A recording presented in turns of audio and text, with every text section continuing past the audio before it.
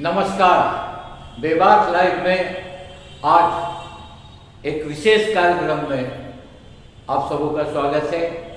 बेबाक लाइव निरंतर कोशिश करता है कि कुछ विशेष और ज्वलंत मुद्दों पर चर्चा हो और इस पे विचारों का आदान प्रदान हो। इसलिए आज चूंकि किसान आंदोलन बहुत ही बड़ा आंदोलन देश में बन चुका है और इस पर हम आज चर्चा करेंगे। मेरे साथ उदय जी हैं जो सोशल एक्टिविस्ट है, काफ़ी पुराने किसानों के काउज पर इन्होंने बहुत ही लड़ाई लड़ी है। समाज में और भी जितने बातें हुई हैं उदय जी ने बढ़ चढ़ कर हिस्सा लिया है और लोगों को राहत पहुंचाई है। जेपी आंदोलन में भी इन्हें भी सक्रिय योगदान रहा है। तो उदय जी आपका स्वागत है। नमस्कार। आज हम लोग जो चर्चा करने जा रहे हैं किसानों का आंदोलन। तो ये किसानों का आंदोलन मुझे याद है 32 वर्ष पहले किसानों को एकजुट करने वाले महेंद्र सिंह टिकैत का। उन दिनों मैं सक्रिय रूप से दैनिक अखबार पत्रों से जुड़ा था और मैंने इस टिकैत के किसान आंदोलन को बड़े करीब से देखा था। जो हुक्का लगाकर लाखों लोगों को जुटा, हुक्का यानी हुक्का गुड़गुड़ा क्या कहते हैं उसको, हुक्का को गुड़गुड़ा कर वो लोगों को अपने पास कर लिया करते थे। तो ये 1988 में हुआ था जब राजीव गांधी देश के प्रधानमंत्री थे और उस समय सरकार के लिए बहुत बड़ी समस्या बनी थी क्योंकि उस समय 5 लाख किसान दिल्ली चलो, जैसे आज दिल्ली चलो का नारा है, उस समय भी दिल्ली चलो का नारा था और वहाँ पे विजय चौक से लेके बोट क्लब था हमारे घर से, वहाँ तक 5 लाख किसान जब जुट गए थे तो राजीव गांधी की सत्ता हिली थी। और राजीव गांधी उस समय एक पॉपुलर प्रधानमंत्री माने जा रहे थे और राजीव गांधी ने उस समस्या का समाधान, उस समय भी गोलियां चली थी जब किसान उत्तर प्रदेश क्रॉस कर रहे थे, वहां पे भी 2 लोगों को पुलिस फायरिंग में मौत हुई थी और ये देश टिकैत ने उस समय की सरकार को भी किसानों का दुश्मन बताया था। तो आज जो आंदोलन है इसमें भी किसान सरकार को किसानों का दुश्मन बता रही है। तो एक मैं छोटा सा थोड़ा ये बता दूंगा क्योंकि एक आंदोलनरत किसान ने ही मुझे लिखकर भेजा है, मैं उसे बताता हूँ कि उनके मन में क्यों इस तरह की बात है और वो क्यों इस आंदोलन इस मुद्दे को मान रहे हैं कि किसान विरोधी है और आंदोलन क्यों कर रहे हैं। आइए समझने की कोशिश करते हैं कि सरकार द्वारा लगाए गए कृषि बिल का विरोध क्यों हो रहा है। केंद्र सरकार हाल में कोरोना काल के चलते 3 कृषि अध्यादेश लेकर आई है जिन्हें केंद्र सरकार की तरफ से बड़ा कृषि रिफॉर्म बताया जा रहा है। कृषि में सुधार भी बताया जा रहा है। पहला अध्यादेश था farmers produce trade and commerce ordinance 2020। इसके तहत केंद्र सरकार एक देश एक कृषि मार्केट बनाने की बात कर रही है। इस अध्यादेश के माध्यम से पैन कार्ड धारक कोई भी व्यक्ति, कंपनी, सुपरमार्केट किसी भी किसान का माल किसी भी जगह जैसे खेत में, खलिहान में, घर में, सड़क पर खरीद सकते हैं। किसान भी अपने फसल को चाहे तो देश के किसी भी शहर में, राज्य या किसी भी कोने में जाकर बेच सकते हैं। कृषि माल की खरीद एपीएमसी यार्ड में होने की शर्त केंद्र सरकार ने हटा ली है। महत्वपूर्ण बात यह भी है कि कृषि माल की जो खरीद एपीएमसी मार्केट से बाहर होगी उस पर किसी भी तरह का टैक्स या शुल्क नहीं लगेगा। इसका अर्थ हुआ कि एपीएमसी मार्केट व्यवस्था धीरे धीरे खत्म हो जाएगी क्योंकि एपीएमसी व्यवस्था यानी कृषि उपज मंडियों में टैक्स व अन्य शुल्क लगते रहेंगे। तो ये हुआ इस अध्यादेश के तहत किसानों का माल खरीदने वाले पैन कार्ड धारक व्यक्ति, कंपनी या सुपरमार्केट को 3 दिन के अंदर किसानों के माल के पेमेंट करनी होगी। सामान खरीदने वाले व्यक्ति, कंपनी और किसान के बीच विवाद होने पर सब डिविजनल मजिस्ट्रेट के द्वारा, इसको गौर कीजिएगा, एसडीएम इसके समाधान करेंगे। इसमें एसडीएम के द्वारा संबंधित किसान एवं माल खरीदने वाले कंपनी के अधिकारी की एक कमेटी बना के अपने बातचीत के जरिए समाधान 30 दिन के अंदर समाप्त करेंगे। अगर बातचीत समाधान नहीं हुआ तो एसडीएम के द्वारा मामले की सुनवाई की जाएगी। फिर ये डीएम के पास जाएगा, यानी अधिकारी यानी जिला कलेक्टर के पास अपील की जा सकती है। एसडीएम और जिला अधिकारी 30 दिन में इसका समाधान देंगे। एक महत्वपूर्ण बात यह भी है, किसान कंपनी के बीच विवाद होने की स्थिति में इस अध्यादेश के तहत कोर्ट का दरवाजा आप नहीं खटखटा सकते हैं। तो ये अफसरशाही के दायरे में आप आ गए, और अगर वहाँ से रिजेक्ट होता है जिलाधिकारी के से, तो आप कोर्ट नहीं जा सकते। नए अध्यादेश की वजह से किसानों को न्याय मिलना मुश्किल हो जाएगा, ऐसा प्रतीत होता है किसानों को, जिन किसानों ने मुझे लिखकर भेजा। ध्यान रखने की एक बात यह है कि केंद्र सरकार ने इस बात की कोई गारंटी नहीं दी है कि प्राइवेट पैन कार्ड धारक व्यक्ति, कंपनी या सुपरमार्केट द्वारा किसानों की माल की खरीदी एमएसपी न्यूनतम समर्थन मूल्य पर होगी। सवाल यह भी है कि छोटे किसानों को फसल बेचकर जल्दी पैसों की जरूरत होती है, तो ऐसे में वह मजबूरन कम दाम में फसल बेचेगा। तो किसान बड़े प्लेयर के आगे कैसे टिक पाएगा?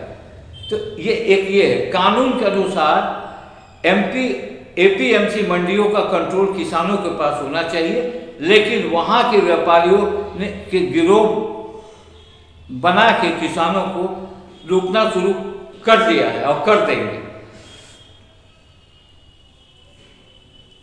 इससे सबसे महत्वपूर्ण एक सवाल यह है कि जब किसानों की उपज की खरीद निश्चित स्थानों पर नहीं होगी, तो सरकार इस बात की गणना कैसे कर पाएगी कि किसानों के माल की खरीदारी एमएसपी पर हो रही है या नहीं। तो इस तरह से ये बहुत सारे, दूसरा अध्यादेश है एसेंशियल कमोडिटी एक्ट 1955 संशोधन। पहले व्यापारी फसलों को किसानों के औने पौने दामों पर खरीद कर उसका भंडारण कर लेते थे और कालाबाजारी करते थे। उनको रोकने के लिए एसेंशियल कमोडिटी एक्ट 1955 बनाया गया था, जिसके तहत व्यापार लगा दी गई थी। अब इस नए अध्यादेश के तहत आलू, प्याज, दलहन, तिलहन और तेल के भंडारण पर लगी रोक को हटा लिया गया है। तो ये सारी जो बातें हुई हैं, उससे लोगों के मन में संशय है कि इस तरह से सरकार जो है, अच्छा उदाहरण हमें समझना चाहिए, एक्ट किसानों को कैसे खत्म करेगा। पिछले कई दिनों पहले सिवानी जिला मध्य प्रदेश के किसानों ने मक्का समर्थन मूल्य 1850 रुपये क्विंटल से काफ़ी कम दाम लगभग 900 से 1000 रुपये में बिक रहा था। इसके लिए ऑनलाइन किसान सत्याग्रह किए थे।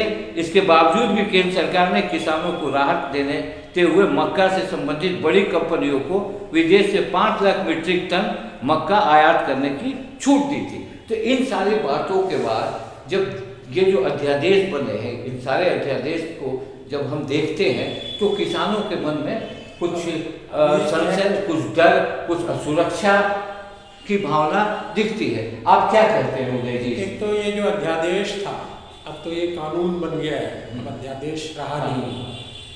तो एक तो हम लोग यहाँ पर बैठे हुए हैं, तिलका मांझी की ये पुण्य भूमि है, और तिलका मांझी ने अपने ज़माने में जो आंदोलन किया था, वह भी एक पहला किसान आंदोलन ही था, किसान विद्रोह ही था। और वो लड़ते हुए उन्होंने जो कहा था, जो टैक्स लगाती थी सरकार किसानों के ऊपर, तो उन्होंने कहा कि ये ज़मीन सिंगबोंगा की देन है। सिंगबोंगा मतलब सूरज।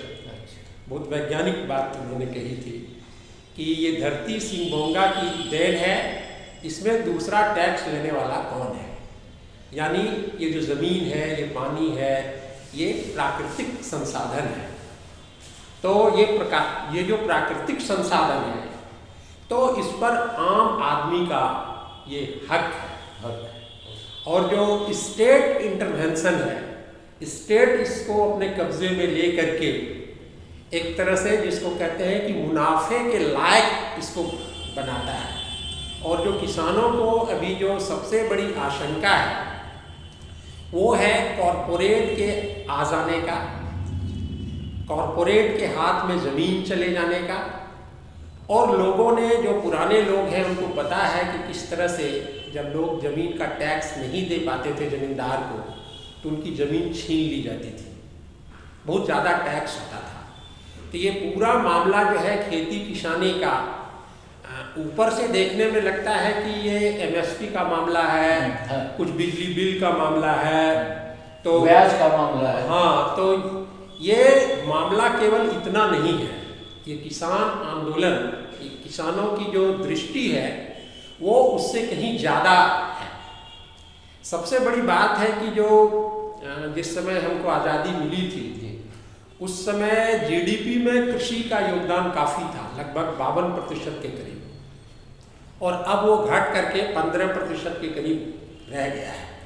यानी पूरे आर्थिक जो हमारा बनावट है उसमें कृषि का योगदान धीरे धीरे घट गया है। यानी कृषि आधारित जो अर्थनीति होनी चाहिए वो समाप्त हो गई है। और इसके कारण है कि जिसको कहते हैं कि भारत गांव का देश है। गांव मतलब किसान भी है, मजदूर भी है, तो मजदूर को भी हम लोग किसान ही कहेंगे। भूमिहीन किसान है वो, जब खेती करते हैं, किसानी करते हैं तो वो किसान है, लेकिन ज़मीन नहीं है तो भूमिहीन किसान है। तो ये जो स्थिति है इस वजह से किसानों में एक तरह की आशंका है। तो कम से कम वो मिनिमम गारंटी अभी वो चाह रहे हैं। फिलहाल जो मुद्दा है कि न्यूनतम खरीद मूल्य पर उनकी जो अनाज है, उनकी जो उपज है वो खरीदी जाए। जैसे सरकार का एक वक्तव्य आया कि एमएसपी की बात मैं कर रहा हूँ, उन्होंने वक्तव्य में आया कि मैं 18% पिछले ईयर से बढ़ाकर एमएसपी कर रहा हूँ। ये सरकार का कहना है कि मैंने एमएसपी को बढ़ाकर ये किया है, तो उसके बारे में क्या कहें? देखिए, एमएसपी जो बढ़ाने की बात कह रहे हैं तो उसके लिए तो जो स्वामीनाथन कमीशन है कि हम न्यूनतम मूल्य का निर्धारण कैसे करेंगे। अब इसको हमारे यहाँ बिहार में एक समाजवादी नेता थे, वो बोलते थे कि जो करखनिया माल है, जो करखनिया माल है और जो कृषि उत्पाद है, उसके बीच में एक संतुलन होना चाहिए। इसको ऐसे देखिए कि आज से 20 साल पहले, 30 साल पहले, हम तो गांव के रहने वाले हैं, अभी शहर में आके रह रहे हैं, गांव आना जाना है, तो हमको पूरी तरह से याद है कि 1 मन धान उस समय लोग बेच करके जब शहर आते थे तो अपने बाल बच्चा का कपड़ा खरीद लेते थे, उनकी किताबें खरीद लेते थे, बच्चों के लिए थोड़ा फल खरीद लेते थे, डॉक्टर को दिखा लेते थे। वो 1 मन धान पूरा अपना, हाँ, 1 मन धान से जो कीमत मिलती थी तो मार्केट के हिसाब से जो उसका पैसे का जो मूल्य था वो ठीक ठाक था। और आज अगर वो 1 मन धान बेचेगा तो अगर हम पैक्स में कहें, बिहार में तो पैक्स में खरीद होती है धान की, जो अभी हो नहीं रही है, तो ऐसे खुले मार्केट में जो है 900 से 1000 रुपये में धान बिक रही है, ऐसे 1700-1800 रुपये में बिकना चाहिए। तो अभी अगर वो 1 मन धान मतलब आधा क्विंटल अगर वो बेचेंगे तो पैसा मिलेगा 450 रुपये में। एक डॉक्टर की फी भी उससे नहीं होगी। बहुत सही बात, बहुत सही कहा आपने, बहुत सही बात। तो ये जो स्थिति हुई है किसान की, कि धीरे धीरे उनके खेती किसानी से जो अनाज था उसका मूल्य बहुत घट रहा है। और कोई किसान अगर चाहे कि हम खेती करके अपने बाल बच्चों को पढ़ा लें, किसी को इंजीनियर, आज की परिस्थिति नहीं संभव नहीं। लेकिन जब आज से कुछ दिन पहले तक 5-10 बीघे खेत वाला कोई जो किसान था वो अपने बेटे को इंजीनियर और डॉक्टर बना लेता था पढ़ा करके उसी खेती किसानी से, आज वो नहीं कर पा रहा है। ये सबसे बड़ा संकट है। आप देखेंगे मजदूरी, अगर धान की खेती करने में अभी जो खर्च होता है वो 5,000 के करीब करीब खर्च आ जाता है। धान की जो कटाई होती है तो ये जो इलाका है, इस इलाके में धान की कटाई होती थी अठमन्नी। अठमन्नी का मतलब ये हुआ कि मजदूर जब उसको काटेगा, काट करके उसका पुआल बनाएगा, बांधेगा, डेगाना कहते हैं, पूरा धान तैयारी करके देगा, तो 8 मन किसान का और 1 मन तैयार करने वाले मजदूर का, इसको कहते थे अठमन्नी। अब वो अठमन्नी नहीं है, अलग से आपको मजदूर रखना है काटने के लिए, फिर उसको अटिया बनाने के लिए, जो गभोरी जिसको कहते हैं वो तैयार करने, फिर पीटने के लिए। तो इस तरह से लगभग जो है 1200-1300 रुपये पर बीघा, एकड़ नहीं बीघा, बीघा मतलब 1 एकड़ में 2 बीघा, जो लोकल नाम है वो। तो ये स्थिति अभी है किसान की। नहीं, हम अच्छा लग रहा है।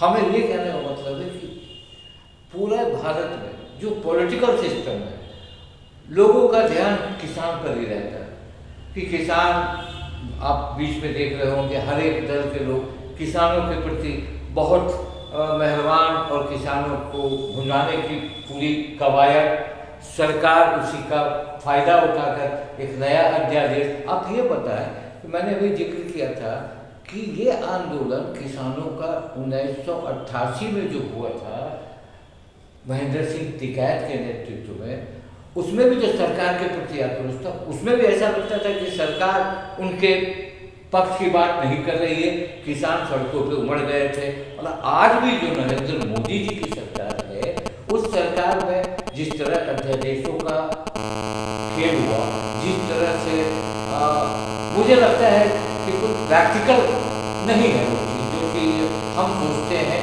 वो प्रैक्टिकल नहीं है। तो आप ये बताएं कि अभी की परिस्थिति में क्या होगा? एक तो किसानों के साथ बात करनी चाहिए, और फिलहाल अभी जो न्यूनतम खरीद मूल्य की बात है उसको तो मानना ही चाहिए, और व्यापक किसान हित के लिए जो स्वामीनाथन कमीशन की जो रिपोर्ट है उसको लागू करने की दिशा में सोचना चाहिए। एक समय था जब हम लोग नारा लगाते थे, धन और धरती बट के रहेगी, यानी खेत का बहुत महत्व था, जमीन वाले का महत्व था। आज अब देखेंगे कि अब जमीन का महत्व घट गया है।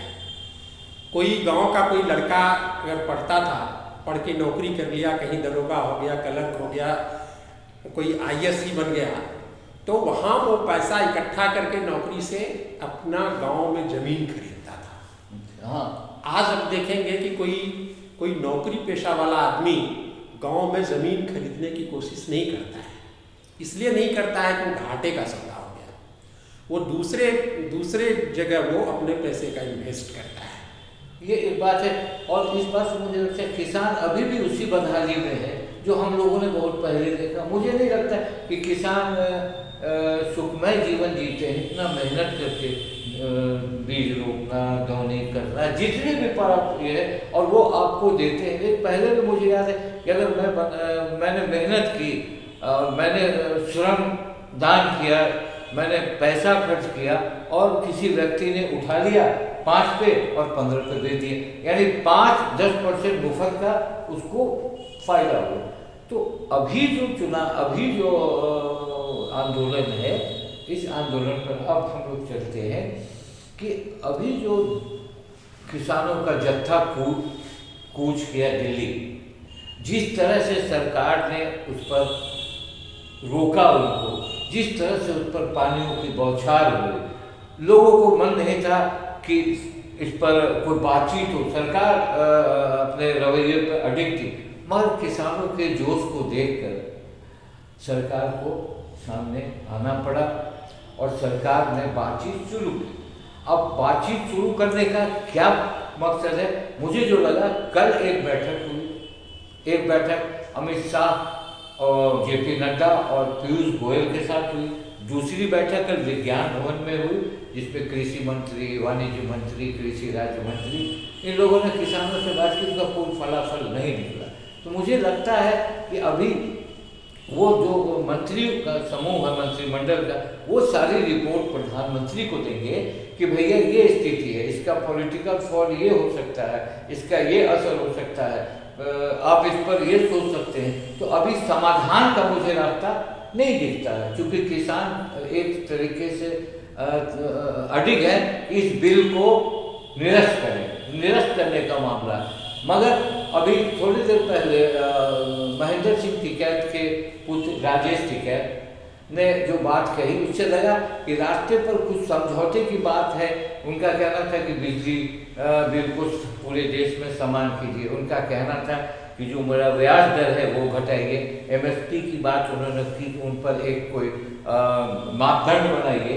तो लगता है कि इन सारे बातों पर क्या समझौता होगा?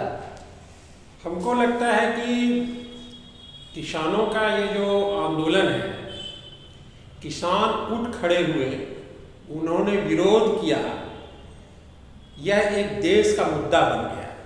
इसलिए ये मानते हैं कि किसानों का ये सबसे बड़ा योगदान है।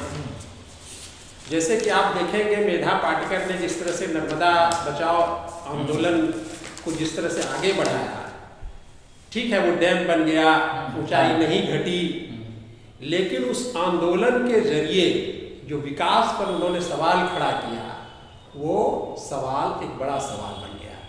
उसी तरह से ये जीतते हैं कि हारते हैं, किस किस बात पर समझौता होता है।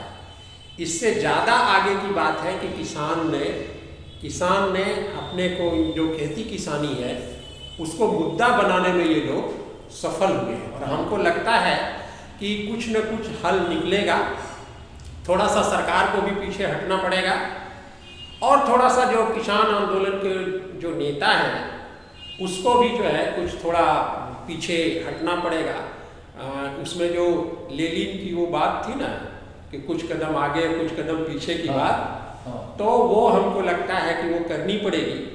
लेकिन किसान आंदोलन केवल इसी से समाप्त नहीं होगा। जैसे अभी हम लोग बात कर रहे थे, किसानों को भी सोचना पड़ेगा व्यापक हित में कि जैसे कैश क्रॉप हम उगा रहे हैं, कैश क्रॉप में ज़्यादा पानी की खपत है, ज़्यादा फर्टिलाइज़र चाहिए, ज़्यादा पेस्टिसाइड चाहिए। तो पर्यावरण को सुरक्षित रखने के लिए, जो इकोलॉजी है उसको संतुलित करने के लिए, केवल जो जिसको कहते हैं आजीविका चलाने लायक, पेट भरने लायक अनाज उत्पादन हो, इस तरह से सोचना पड़ेगा किसानों को। आपको लगता नहीं किसान आंदोलन बहुत व्यापक तरीके से फैल चुका है? क्योंकि कुछ पार्टियां हैं जो सत्ताधारी दल के लोगों का कहना है कि पंजाब तक के ही लोग हैं और हरियाणा के ही लोग हैं, मगर नहीं, ऐसा नहीं है। तो छत्तीसगढ़ के लोग हैं, उत्तराखंड के भी लोग हैं, उत्तर प्रदेश के लोग हैं, बिहार के भी लोग हैं, ऐसा नहीं।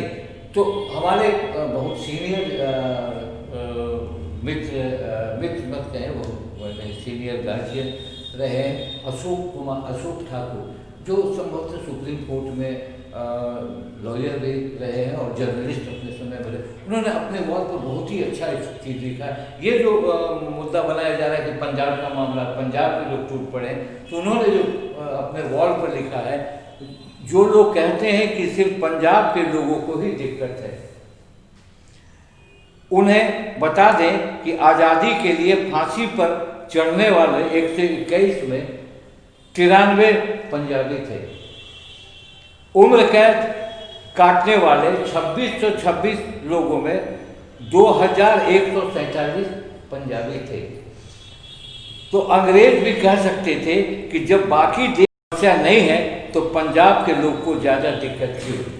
तो ये जो कॉन्सेप्ट फैलाया जा रहा है सत्ताधारी पक्ष के और भाजपा के लोग जो सत्ता में हैं और उनके एलाइड पार्टी, ये पंजाब पंजाब पंजाब, तो पंजाब की खेती दुनिया में मानी जाती है, हरियाणा की खेती दुनिया में मानी जाती है, और पंजाब का त्याग, तो मैंने अशोक ठाकुर जी को मैं धन्यवाद देता हूँ कि उन्होंने बहुत ही अच्छा कोट किया और ये बात लोगों को समझने की है।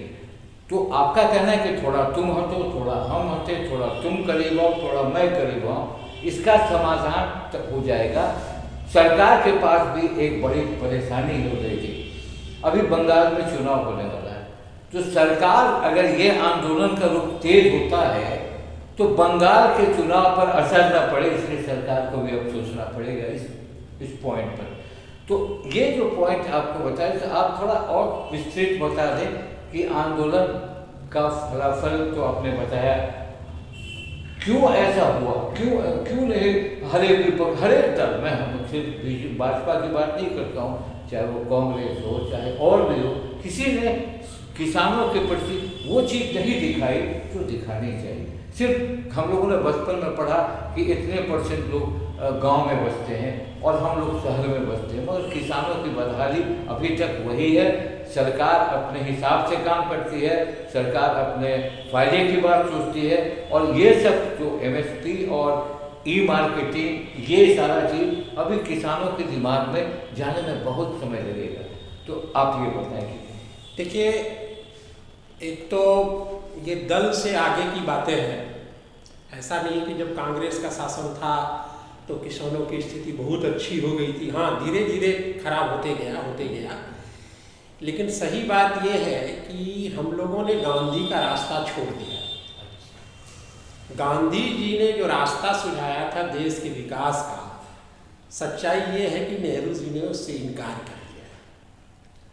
और उन्होंने जो रास्ता चुना था वो, जिस हम लोग ग्रीन रिवॉल्यूशन की बात करते हैं, औद्योगिकरण की बात करते हैं, उसको केंद्र में रख करके, और गांधी सोचते थे गांव को केंद्र में रख करके पूरी राजनीतिक व्यवस्था भी और आर्थिक व्यवस्था भी, एक स्वावलंबी गांव की कल्पना करते थे कि गांव जो है अपना तेल, कपड़ा, खाने का अनाज इतना उपजा लेगा कि गांव स्वावलंबी हो जाएगा। इसलिए गांधी जी कहते थे कि ये जो धरती है, जमीन है, ये हर व्यक्ति की ज़रूरत पूरा कर सकता है, सभी की ज़रूरतें पूरा कर सकता है, लेकिन लालच एक व्यक्ति का भी पूरा नहीं कर पाएगा।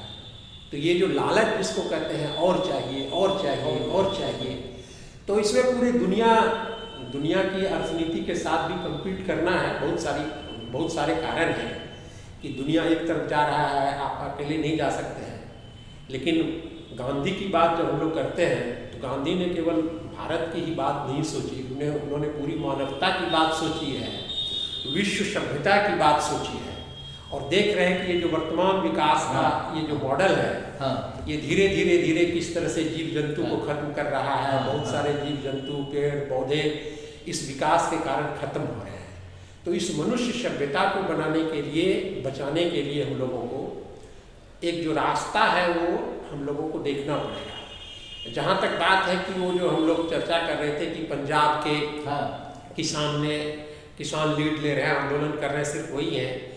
तो हर आंदोलन का अपना एक इतिहास है, आंदोलन अपने गति से चलता है, होता है, उसका मेथोडोलॉजी है। अब आप देखिए ना, जो 74 का आंदोलन था, इमरजेंसी के खिलाफ जो बड़ा आंदोलन हुआ, उस आंदोलन को बिहार आंदोलन कहते हैं, नाम ही है उसका बिहार आंदोलन। 1974 के फैलाव होता है, लेकिन उतना फैलाव नहीं हुआ जितना कि बिहार में हुआ। और 77 में जब चुनाव हुआ था, जब इंदिरा गांधी हारी थी, तो उत्तर भारत में पूरा का पूरा सीट जो है इंदिरा गांधी ने खो दिया था, कांग्रेस ने खो दिया था, लेकिन दक्षिण भारत में उनके सीट आए थे। तो जैसे केंद्र सरकार लगातार ये कह रही है कि इस कानून से किसानों का हित ही होगा, और उनके साथ जुड़ी जो टीवी चैनल हैं और सोशल मीडिया अकाउंट्स के अनुसार बड़ी साजिश की जा रही है ताकि किसानों को बरगलाया जाए, ये क्या मानना है? देखिए, ये कोई भी सरकार आती है तो उसका अपना एजेंडा है, अपना सोचने का तरीका है। वैसे हम लोग कहने के लिए बोल देते हैं कि सभी सरकारें एक हैं, सभी राजनीतिक एक दल है। वो कहने के पीछे एक है कि उसके काम करने का जो तरीका है, जो कुर्सी का कैरेक्टर है, उसके बारे में कहते हैं। लेकिन उनके विचारधारा में तो अंतर है। बीजेपी है तो कम्युनिस्ट पार्टी है, तो कुछ समाजवादी पार्टी है, अकाली दल है, तो उनके अपने कुछ सामाजिक सरोकार भी अलग है, उनका सामाजिक समूह भी अलग है, और उनके विचारधारा में भी कुछ न कुछ अंतर होता है। तो सरकार जब एजेंडा लेकर के आती है कोई, तो वो तो कहती ही है, कहेगी ही कि भाई ये जो अध्यादेश है, ये जो कानून है, इसमें ये फ़ायदे हैं। जब RT right to education act लाया गया यूपीए गवर्नमेंट में, उसमें भी हम लोगों ने विरोध किया और कहा कि ये ठीक नहीं है। जो पहले नरेगा बना था, फिर मनरेगा बना। मनरेगा के बारे में भी हम लोगों ने कहा कि भाई 100 दिन काम क्यों नहीं, काम को मौलिक अधिकार बनाओ। उसको भी हम लोगों ने कहा कि ये इनकम्प्लीट है, ठीक नहीं है, लेकिन उसके भी कुछ फ़ायदे हुए। ये जो कृषि कानून है, इसमें भी कुछ फ़ायदे होंगे, किसी को फ़ायदे होंगे, लेकिन जो ज़्यादातर किसान हैं वो लगता है कुल मिलाकर के, जिसको कहते हैं रिजल्टेंट साइंस में, जैसे बताया था आंकड़ा में 86% किसान के पास 5 कट्ठा जमीन है और करीबन 67% किसान के पास 2 कट्ठे से कम जमीन है। तो ये जो आंकड़े आ रहे हैं, और दूसरा जैसे अभी आपसे हमने कहा कि बरगलाने वाली बात, तो अगर विपक्ष या कोई पार्टी बरगला रही है तो सरकार तो समझा भी नहीं पा रही। बिल्कुल, सरकार उस चीज को समझा तो नहीं पा रही। अगर वो बरगला रही है तो सरकार ने समझाने का कौन सा प्रयास किया है?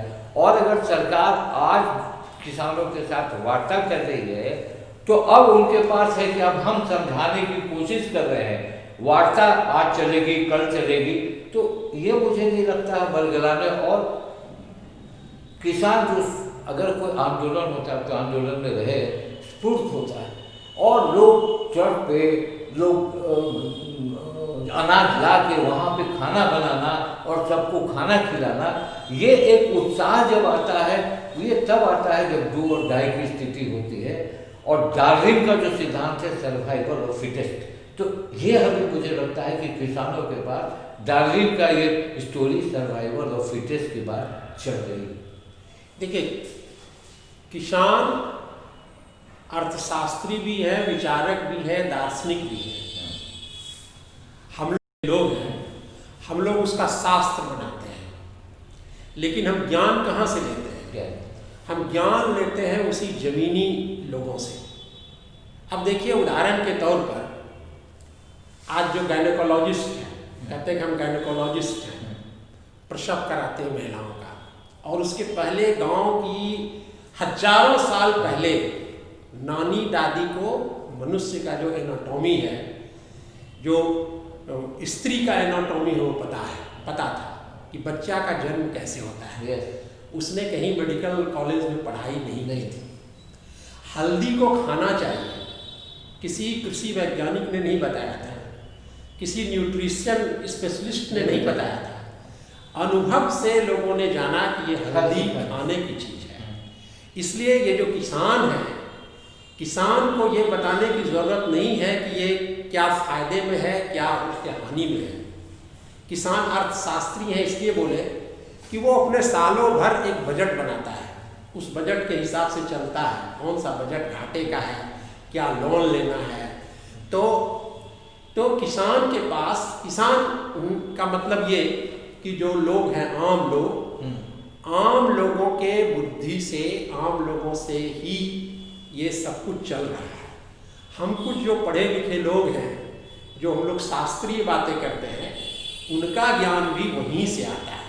हम लोग ज्ञान का संग्रहण करते हैं, हम लोग ज्ञान का निर्माण नहीं करते हैं, बल्कि जो किसान है वो ज्ञान का निर्माण करते हैं, हम लोग ज्ञान का संयोजन करते हैं। तो मिला जुला के ये इस आंदोलन को हम लोग देख रहे हैं एक, और सरकार भी समझ रही है कि ये आंदोलन कहीं ना कहीं पूरे देश के पैमाने पर अगर फैल जाएगी तो सरकार के लिए परेशानी का सबब बन सकती है, क्योंकि आंदोलन की शुरुआत कहीं एक जगह से होती है और फैलती है चारों तरफ। तो इसको देख के हो सकता है कि सरकार कुछ डाइल्यूट हो और कुछ नियमों में संशोधन करके किसानों को राहत देने की बात करे, और जहाँ तक बिल को रद्द करने की जो किसानों की मांग है, मुझे नहीं लगता है कि वो बिल रद्द हो पाए। हमको लगता है कि उसमें से कुछ संशोधन किए जाएंगे, कुछ संशोधन किए जाएंगे। और जब नरेंद्र मोदी गुजरात के जिस समय सीएम थे, तो उस समय उन्होंने कहा था कि भाई जो एमएसपी है उसको लीगल स्टेटस दे दीजिए। अच्छा। जो भारतीय जनता पार्टी से जुड़े हुए जो किसान संगठन है उसने भी इस आंदोलन का समर्थन किया और जो 3 बिल है, बिल नहीं अब जो कानून बन गया उसका विरोध किया। परसों तरसों गोविंदाचार्य जी ने कहा कि भाई एमएसपी को लागू करने में क्या आपत्ति है। तो इससे लगता है कि जो मूल मांग है एमएसपी का और उसके साथ कुछ कुछ छोटी छोटी राहतें हैं, जैसे जो जिसको कहते हैं पराली जलाना, यहाँ तो पराली जलाने का नहीं है बिहार में, तो इलेक्ट्रिसिटी बिल ये सब जो है ये जो छोटी छोटी राहतें वो सब जोड़ दी जाएंगी। लेकिन मूल हमको लगता है कि अभी जो एमएसपी की जो सुरक्षा है वो बरकरार रखने का हमको लगता है कि ये सरकार इस पर एग्री होगी और कानून को तो उस तरह से निरस्त नहीं करेगा। और निरस्त 2-3 तरीके से किया जाता है। अब उसमें कुछ चीज़ें जो किसानों की मांग है वो अगर जोड़ दी जाती हैं तो हो गया कानून। तो चलिए, बहुत अच्छी अच्छी बात आपने बताई और हम लोगों ने इस आंदोलन के कुछ तह तक जाने की भी कोशिश की और कुछ बातें, नई बात उदय जी ने बताई, कुछ पुरानी बातों को भी उन्होंने बताया। हम लोग कामना करेंगे कि देश में किसानों की स्थिति अच्छी हो और शीघ्र सरकार और उनके बीच एक समझौता हो और एक ऐसा समझौता हो कि दोनों, अब मुझे वही लगता है कि सरकार अभी बंगाल के चुनाव के को देखते हुए कुछ ऐसा कदम नहीं लेना चाहेगी जिससे पूरे देश के किसान नाराज हो जाएं और फिर इसका कोई विपरीत परिणाम बंगाल के चुनाव पर हो। इसलिए ये समझौता कल की बैठक में हो सकता हो जाए, नहीं तो प्रधानमंत्री को जब ये लोग रिपोर्ट देंगे उसके बाद कोई ना कोई निर्णय होगा। इसी के साथ हम लोग इस वार्ता को समाप्त करते हैं। उदय जी को धन्यवाद देते हैं और बेबाक लाइव को आप लाइक कीजिए, शेयर कीजिए, कमेंट कीजिए और हमारा उत्साह बढ़ाइए ताकि हम इसको और आगे बढ़ा सकें। नमस्कार। धन्यवाद, नमस्कार।